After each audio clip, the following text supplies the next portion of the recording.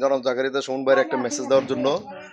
BNP ক্ষমতায় গেলে কি করবে, এই জন্য আসছি আমরা। বিএনপি ক্ষমতা গেলে একটা কৃষি কার্ড, কারণ বাংলাদেশে বেশিরভাগ মানুষের কৃষি উন্নত, একটা কৃষি কার্ড করে দেবো, মানুষ যাতে নির্দ্বিধায় যাতায়াতে নিজ একটা কৃষি কাজ বা বিভিন্ন ইয়ে করতে সার বীজ যা যা আসে এটা সরকারি ভাবে আসবে, এটা কোনো আসলে বিএনপির ফান্ড থেকে দিবে না।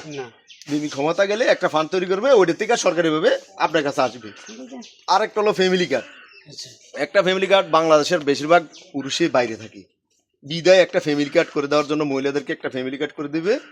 বিএনপি ক্ষমতায় গেলে একটা ফ্যামিলি কার্ড করবে যাতে ওরা নির্ভয়ে চলতে পারে। আর আরেকটা বিষয় হলো বিএনপিকে কেন ভোট দিবেন। বিএনপি আজকে 17 বছর যাবৎ গণতন্ত্র ফিরে আসার জন্য অনেক আন্দোলন, অনেক ত্যাগ স্বীকার করছে, আপনারা দেখছেন। এবং এই ত্যাগ স্বীকার কারণ আমরা দেখেছি আমরা গণতন্ত্রের জন্য লড়ছি, এবং বিএনপি ক্ষমতা গেলে এই গণতন্ত্র মানুষের ফিরে আসবে। অর্থাৎ এই জন্য আমরা আসছি 31 দফা দাবি নিয়ে বিএনপিকে একটা ভোট দেওয়ার জন্য। আপনি দিবেন, আপনার ফ্যামিলিতে যা আছে সবাই জনাব জাকারিয়া তার সুমন ভাইকে ভোট দিবেন।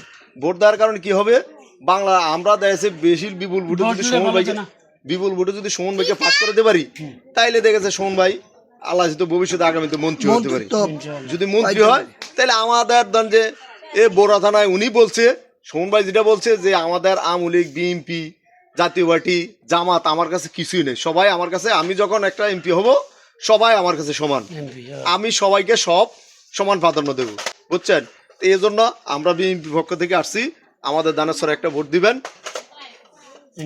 12 তারিখ যাবেন, সবাইকে মিলে কেন্দ্রে যাবেন, যে 12 তারিখ আমাদের একটা ভোট দিবেন। হ্যাঁ, এই আশাবাদ করে আপনার কাছে আসসালামু আলাইকুম।